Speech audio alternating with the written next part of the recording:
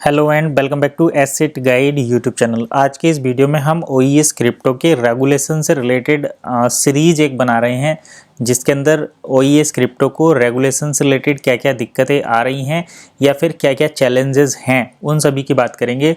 और ये वीडियो पूरी सीरीज़ में होने वाली है क्या, क्योंकि यहाँ पर हमारे पास पूरी डिटेल्ड में इंफॉर्मेशन है, सबको कलेक्ट करेंगे वन बाय वन।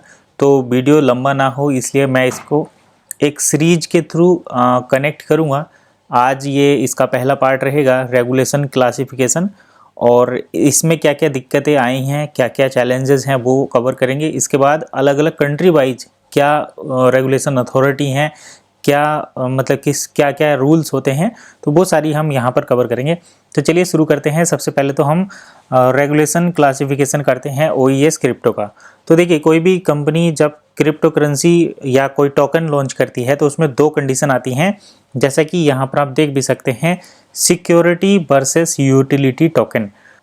तो सिक्योरिटी वर्सेस यूटिलिटी टोकन, तो अगर टोकन एक सिक्योरिटी टोकन है तो उसके लिए अलग रूल्स होते हैं, और जब एक टोकन यूटिलिटी टोकन होता है तो उसके लिए अलग रूल्स रहते हैं। तो पहले हम दोनों के बारे में डिटेल में जान लेते हैं, एक एक करके। आप वीडियो की पूरी सीरीज आपको देखनी पड़ेगी, तभी आप पूरा कंसेप्ट समझेंगे।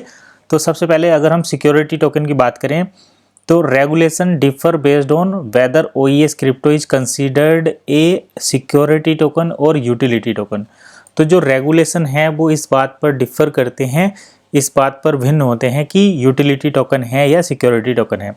तो अब सपोज करो अगर इसको एक सिक्योरिटी टोकन माना जाता है, सिक्योरिटी टोकन मतलब सिक्योरिटी का टोकन। सिक्योरिटी जैसे एसेट होता है, जैसे स्टॉक होता है, जैसे वन को अगर बिटकॉइन जैसा एक क्रिप्टो माना जाए तो वो सब एसेट यानी कि सिक्योरिटी के अंदर आता है।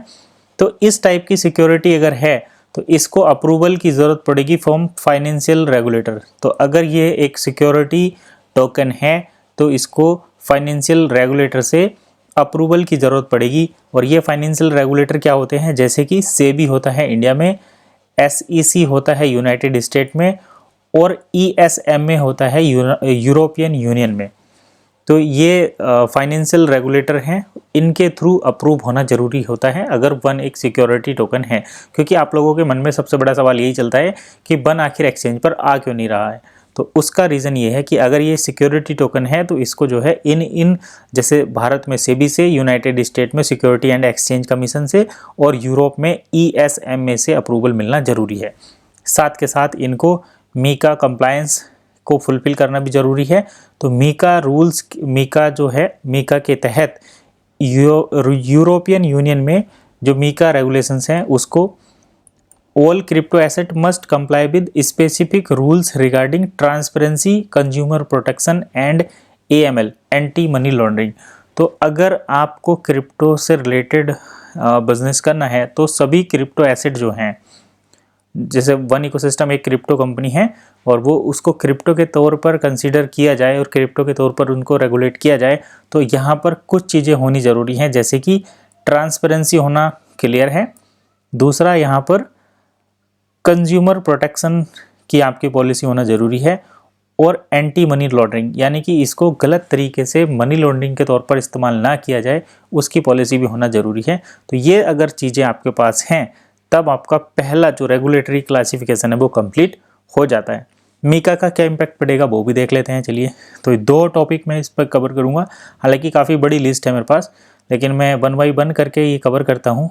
बाकी आपको कुछ भी डाउट रहता है हर बार तो कमेंट करिए, नेक्स्ट इस सीरीज के नेक्स्ट पार्ट में हम उसको कवर करेंगे। तो अगर ओईएस क्रिप्टो यूरोपियन यूनियन में ऑपरेट करता है, it must comply with MiCA licensing requirement. तो अगर ओईएस क्रिप्टो यूरोपियन यूनियन में, हालांकि यूरोपियन यूनियन से ही इसका ओरिजिन माना जाता है, 195 कंट्री में ही चलता है, तो अगर यूरोपियन यूनियन में इनको बिजनेस करना है तो मीका लाइसेंस की सभी रिक्वायरमेंट इनको पूरी करनी पड़ेगी। उसकी पहली कंडीशन क्या है मीका लाइसेंस की?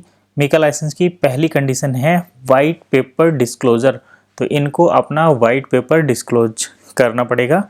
तो पहले आया था, हालांकि जो क्रिप्टो का वाइट पेपर होता है वो अलग होता है, वन इकोसिस्टम का जो वाइट पेपर था उसकी डिटेल कुछ अलग थी। अब बात करते हैं a registered crypto asset service provider. और इनके लिए एक registered crypto asset service provider का होना भी ज़रूरी है। तो ये चीज़ आप बिल्कुल नोट कर सकते हैं। Ban on algorithmic stable coin, इसका कंसेप्ट, इसका मतलब क्या है? If OES crypto is linked to any stable coin, अगर OES क्रिप्टो किसी स्टेबल कॉइन से कनेक्टेड है किसी भी तरीके से, तो ban on algorithmic stable coin, तो मीका के अंदर मतलब जो एल्गोरिथमिक स्टेबल कॉइन है उन पर बैन लगा हुआ है, तो OES को जो है मीका के अंदर परमिशन नहीं मिल सकती। Exchange listing OES crypto in Europe में रिक्वायर कंप्लायंस मेजर, तो इसका मतलब क्या होता है?